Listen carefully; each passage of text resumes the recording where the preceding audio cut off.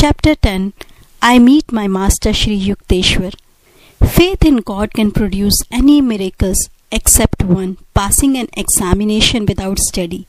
Distastefully, I closed the inspirational book I had picked up in an idle moment. The writer's exception shows his complete lack of faith, I thought. Poor chap, he has great respect for the midnight oil. My promise to father had been that I would complete my high school studies. I cannot pretend to diligence. The passing months found me less frequently in the classroom than in secluded spots along the Calcutta bathing ghats. The adjoining crematory grounds, especially gruesome at night, are considered highly attractive by the yogi. He who would find the deathless essence must not be dismayed by a few unadorned skulls. Human inadequacy becomes clear in the gloomy abode of miscellaneous bones. My midnight vigils were thus of a different nature from the scholars. The week of final examinations at the Hindu high school was fast approaching. This interrogatory period, like the sepulchral haunts, inspires a well-known terror. My mind was nevertheless at peace, braving the ghouls. I was exhuming a knowledge not found in lecture halls. But I lacked the art of Swami Pranabananda, who easily appeared in two places at one time. My reasoning, though to many, alas, it seems illogic, was that the Lord would notice my dilemma and extricate me from it. The devotee's irrationality springs from 1,000 inexplicable demonstrations of God's instancy in trouble. Hello, Mukund. I catch hardly a glimpse of you these days. A classmate accosted me one afternoon on Gurpar Road. Hello, Nantu. My invisibility at school seems to have placed me there in a decidedly awkward position. I unburdened myself under his friendly gaze. Nantu, who was a brilliant student, laughed heartily. My predicament was not without a comic aspect. You are utterly unprepared for the finals, he said. I suppose it is up to me to help you. The simple words conveyed divine promise to my ears. With alacrity, I visited my friend's home. He kindly outlined the solutions to various problems he considered likely to be set by the instructors. These questions are the bait that will catch many trusting boys in the examination trap. Remember my answers and you will escape without injury. The night was far gone when I departed. Bursting with unseasoned erudition, I devoutly prayed it would remain for the next few critical days. Nantu had coached me in my various subjects, but under press of time had forgotten my course in Sanskrit. Fervently I reminded God of the oversight. I set out on a walk the next morning, assimilating my new knowledge to the rhythm of swinging footsteps. As I took a shortcut through the weeds of a corner lot, my eye fell on a few loose printed sheets. A triumphant bounce. In my hand were Sanskrit verses. I sought out a Pandit for aid in my stumbling interpretation. His rich voice filled the air with the edgeless honeyed beauty of the ancient tongue. These exceptional stanzas cannot possibly be of aid in your Sanskrit test. The scholar dismissed them skeptically. But familiarity with that particular poem enabled me on the following day to pass the Sanskrit examination. Through the discerning help Nantu had given, I also attained the minimum grade for success in all my other subjects. Father was pleased that I had kept my word and concluded my secondary school course. My gratitude sped to the Lord, whose sole guidance I perceived in my visit to Nantu's home and in my walk by the unhabitual route of the debris-filled lot. Playfully, he had given a dual expression to his timely design for my rescue. I came across the discarded book, whose author had denied God precedence in the examination halls. I could not restrain a chuckle at my own silent comment. It would only add to this fellow's confusion if I were to tell him that divine meditation among the cadavers is a shortcut to a high school diploma. In my new dignity, I was now openly planning to leave home. Together with a young friend, Jitendra Mazumdar, I decided to join a Banaras hermitage, Shri Bharat Dharm Mahamandal, and receive its spiritual discipline. A desolation fell over me one day at the thought of separation from my family. Since mother's death, my affection had grown especially tender for my two younger brothers, Sananda and Vishnu, and for Thamu, my youngest sister.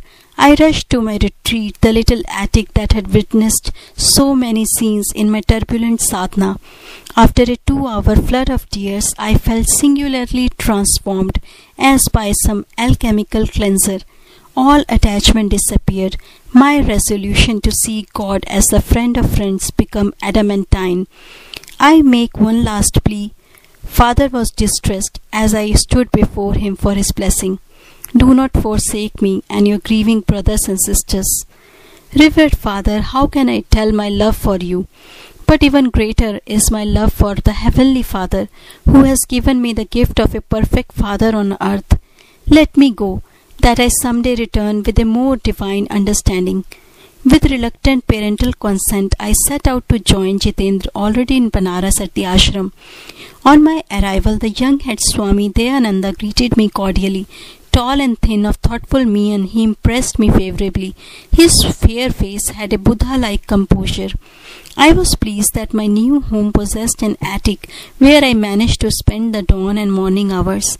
The ashram members, knowing little of meditation practices, thought I should employ my whole time in organizational duties. They gave me praise for my afternoon work in their office. Don't try to catch God so soon. This ridicule from a fellow resident accompanied one of my early departures towards the attic. I went to Dayananda, busy in his small sanctum overlooking the Ganges. Swamiji, I don't understand what is required of me here. I am seeking direct perception of God. Without him, I cannot be satisfied with affiliation or creed or performance of good works. The orange-robed ecclesiastic gave me an affectionate pat, staging a mock rebuke. He admonished a few nearby disciples, "Don't bother Mukund, he will learn our ways." I politely concealed my doubt.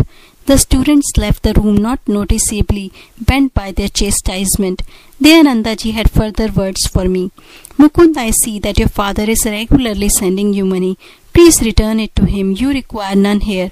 A second injunction for your discipline concerns food.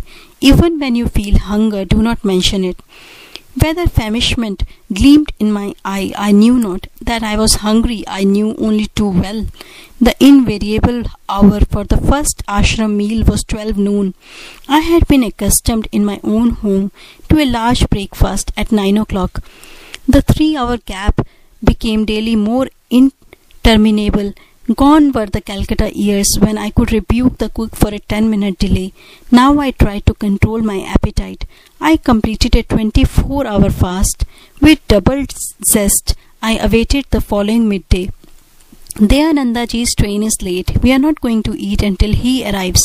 Jitendra brought me this devastating news. As a gesture of welcome to the Swami, who had been absent for 2 weeks, many delicacies were in readiness. An appetizing aroma filled the air. Nothing else offering. What could be swallowed except my pride in yesterday's fast? Lord, hasten the train. The heavenly provider, I thought, could hardly have been included in the interdiction with which Dayanandaji had silenced me. Divine attention was elsewhere, however. The plodding clock covered the hours. Darkness was descending as our leader entered the door. My greeting was one of sheer joy. Dayanandaji will bathe and meditate before we can serve food. Jitendra approached me again as a bird of ill omen. I was in near collapse. My young stomach, new to deprivation, protested with gnawing vigor. Pictures I had seen of famine victims passed wraith-like before me. The next Banaras death from starvation is due at once in this hermitage, I thought. Impending doom was averted at 9 o'clock. Ambrosial summons in memory that evening meal is vivid as one of life's perfect hours. Intense absorption had not prevented me from observing that Dayanandaji ate absent-mindedly. He was apparently above my gross pleasures. "Swamiji, weren't you hungry?" Happily surfeited, I was alone with the leader in his study. "Oh yes," he said. "I spent the last 4 days without food or drink. I never eat on trains filled with the heterogeneous vibrations of worldly people. Strictly I observe the Shastric rules for monks of my particular order. Certain problems of our organizational work lie on my mind. Tonight at home I neglected my dinner. What's the hurry? Tomorrow I'll make it a point to have a proper meal." He laughed merrily.